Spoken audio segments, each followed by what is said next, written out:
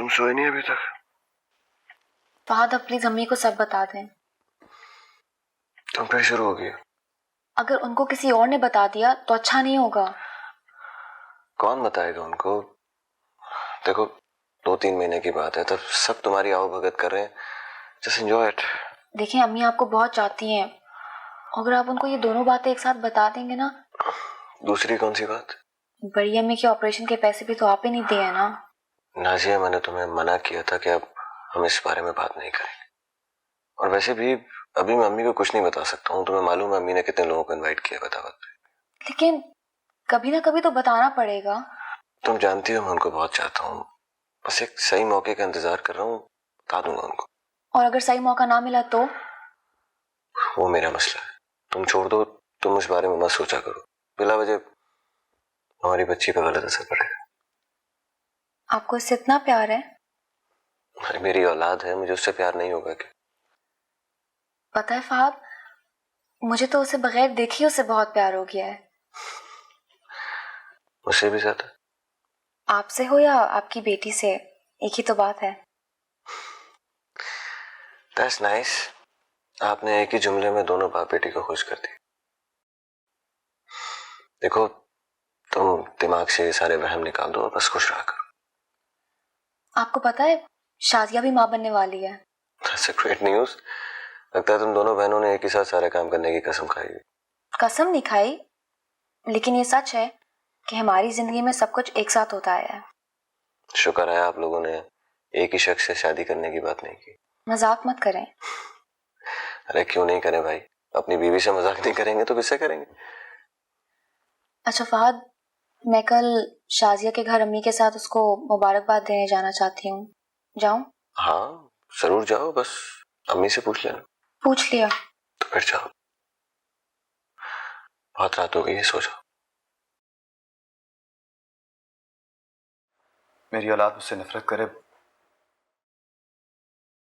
ये मैं कभी बर्दाश्त नहीं करूंगा।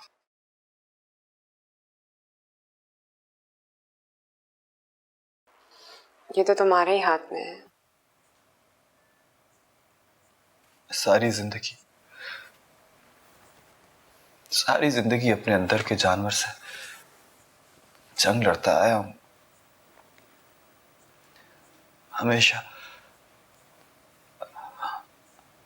अपने बाप से नफरत करता रहा।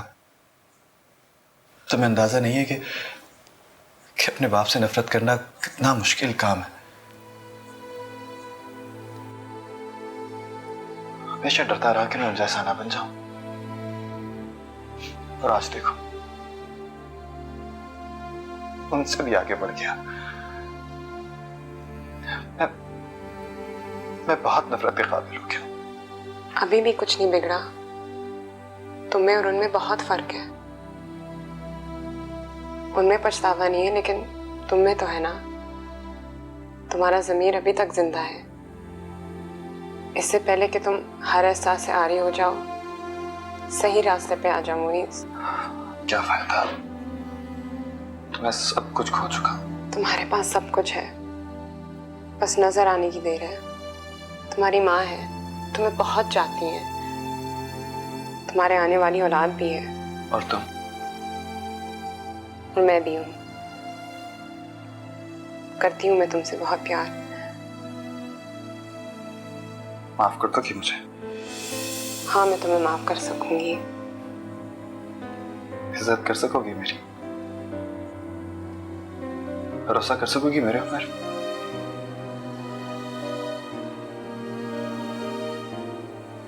नहीं कर सकोगी, नहीं कर सकोगी, कभी नहीं कर सकोगी। मैं तुमसे झूठ नहीं बोलूंगी मुनीस। तुम्हें पता है मुझे झूठ से नफरत है। हाँ, शायद आज मैं तुम पे भरोसा नहीं कर सकती, लेकिन वो सिर्फ इसलिए क्योंकि तुमने हमेशा मेरे भरोसे और मेरे एतमाद को ठेस पहुंचाई है। लेकिन तुम चाहो तो तुम मेरा एतमाद वापस लौटा सकते हो। तुम्हें क्या लगता है कि मैं तुम पे भरोसा नहीं करना चाहती? तुम पर भरोसा करूंगी तो ही अपनी जात पर एतमाद कर सकूंगी। अगर तुम्हें सच्चाई की खबर हो जाए तो तो शायद तुम मुझसे नफरत करने लगो। कह के तो देखो, सच कड़वा होता है लेकिन बहरहाल सच होता है। मैं नाजिया को ब्लैकमेल करता रहा।